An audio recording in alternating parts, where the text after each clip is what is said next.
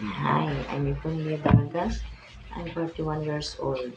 I was born on February 16, 1983. I'm from Sogotinho, Baracatan, Aras. I'm married and I have three kids.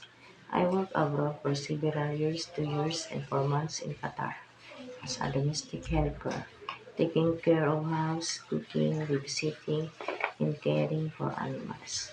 I also worked in Oman for 2 years, taking care of household and three children.